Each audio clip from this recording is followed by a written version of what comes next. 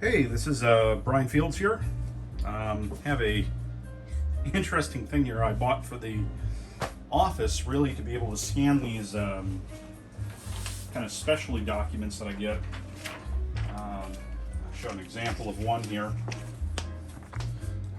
Here's a page from a Kenwood service manual, and as you can see, it is really long.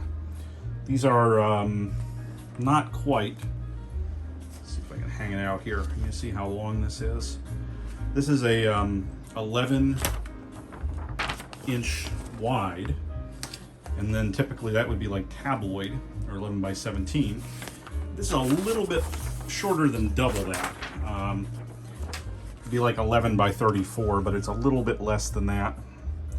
And you can see these are schematics. They have to be scanned at really high resolution, otherwise you get a document that you can't read. So I purchased the scanner to be able to do that. This is the way it came. This is about a $2,000 scanner. This scanner has this of course it doesn't want to open because it barely fits here. Has this paper feeder. This thing will handle about 100 pages of paper, and it'll blow through there on lower resolution. You set this thing up for 300 dpi and the paper just flies out of it. What's interesting though is even this being about a $2,000 scanner, it doesn't have network support. All it has is USB. You actually have to add another $350 for network support. But what's neat about it is you can see in here it's double-sided. So it's got an image sensor right here, okay? And then it has the exact same one that's shared with this down here for the glass over here. So that's how it's able to do that, and the paper essentially comes down, comes out of here, goes across here, up and out. So it's a pretty standard setup for a scanner, okay? And you can see it's a nice big, if I move out here, you can see it's pretty nice and big and looks like it should be pretty awesome. This isn't exactly a high resolution scanner, but what's unique about it is it's got 4 separate sensors on here. It's got an RG, red, green, blue, and black, or CMYK, I forget what it is. But, you know, it's pretty nice in that regard. So, if I try to do a scan of anything other than a 8.5 by 11 or legal size paper, it's supposed to support up to 11.7 wide by 100, okay? This fails. And won't even allow me to scan if I define a large DPI paper, or excuse me, a large paper size of 11 by, say, 34. It won't even allow me to do that. It will totally fail and say you need to select a lower DPI. So after spending about 5 days back and forth on the phone with Epson support, meanwhile I called them before I bought this, made certain I was doing the right thing with pre-sales support. And anyways, found out finally that, oh, well, you just need to reduce the resolution. And what's very interesting about Epson support, you get these answers that come back from them that are like, they're words in English, but they don't make any sense. You try talking to these people and the Epson support, I mean, it's perfect English words that are pronounced perfectly. I know those words, but that sign makes no sense. But they're strung together in sentences that don't make any sense. It's almost like some Kafka-esque kind of a, thing. And I spent several hours on the phone with them, supposedly to get calls back. Oh, the other nice thing, when they give you a call back, it comes up as no caller ID or as a spam account. So it's like, okay, you literally are calling people in 2022 with no caller ID from an account that shows up as spam. That's awesome. And keep in mind, I get anywhere from 3 or 4 calls every day that are just pure spam. So if it says spam, I probably don't answer it. But anyways, I'll show you what happens here. And the great thing is there's absolutely no debugging No log file output, no nothing. It even got so bad, Epson told me, hey, you know what you should do? Go out and get a third-party software. And I've tried this both under Windows and OS X, and it fails.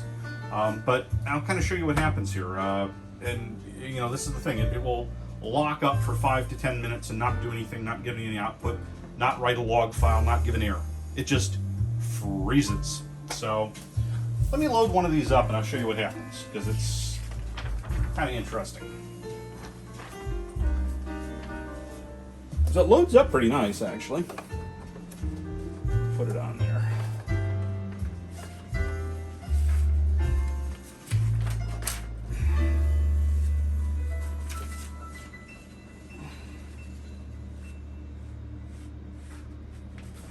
Yeah, this isn't ideal.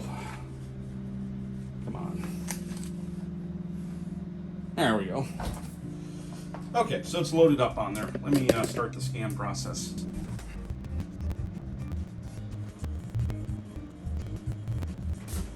Okay, it's scanning. It's set to actually 600 DPI right now and auto detect the page length. And immediately it pops up with an error.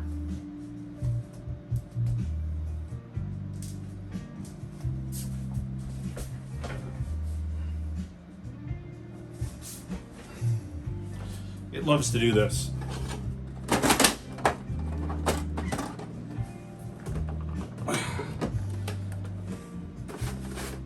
Absolutely loves to misfeed. Okay, we'll try it again. Okay, so I sped this up here. This actually failed like 3 times before it worked on the 4th time. So much for the ultrasonic paper misfeed detector thing.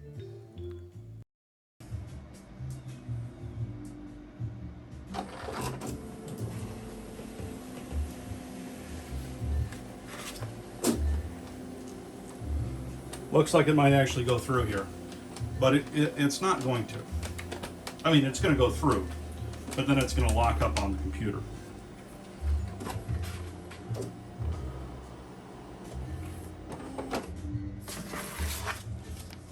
So, yeah, came out. That's what I'm trying to scan. And it's just going to sit here and blink. If I go look over at the computer, it's just going to sit there and say, scanning, for a totally indeterminate amount of time.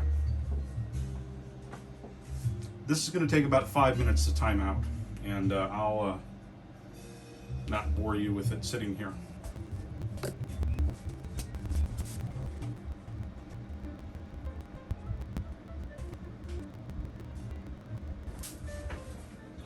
So it just popped up with its error, finally, and said, hey, sorry, fuck you. I mean, it didn't say fuck you, but it'd be nicer if it did. Now, lest you think this is a problem because I'm running OS X, I have it on a Windows 7 VM with the Windows drivers installed. I'm going to try the exact same thing under Windows. You'll see the exact same problem manifest itself.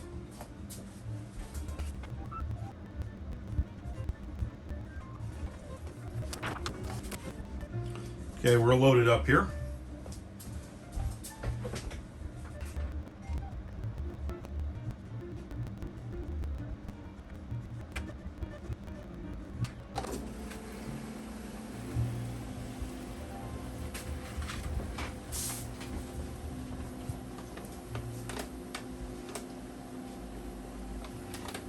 What I have noticed is that it'll go like halfway through like this sometimes, and this happens under Windows specifically. So it's either a Windows driver problem or something, I don't know exactly what.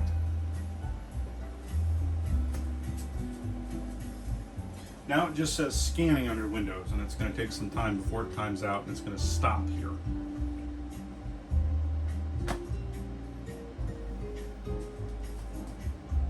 This is a $2,000 paperweight. I mean, it's fucking ridiculous is what it is. Their support is horrible. Oh my God. Do not call Epson support. It will make you laugh. This is absolutely abysmal is the software quality on this. Or hardware quality, whatever you want to say. It's pretty bad. And the neat thing is, this is not said anywhere.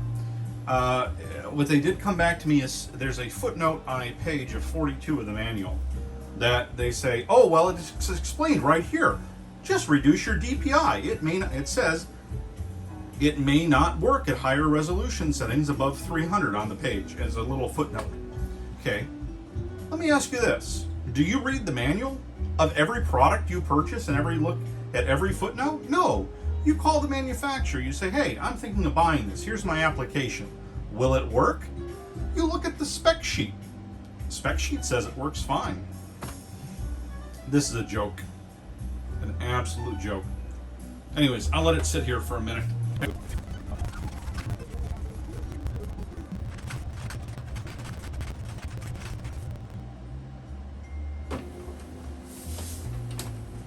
And it finally aired out on the Windows machine.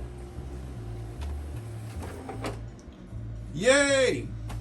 It's a $2,000 scanner that doesn't scan. This says it can do 11.7 inches by 100 inches. Well, that's a lie. It's a joke. Do not purchase this product. I'm going to see, I think Canon makes a scanner that might be able to do this. But, you know, I don't think I'm doing anything all that hard.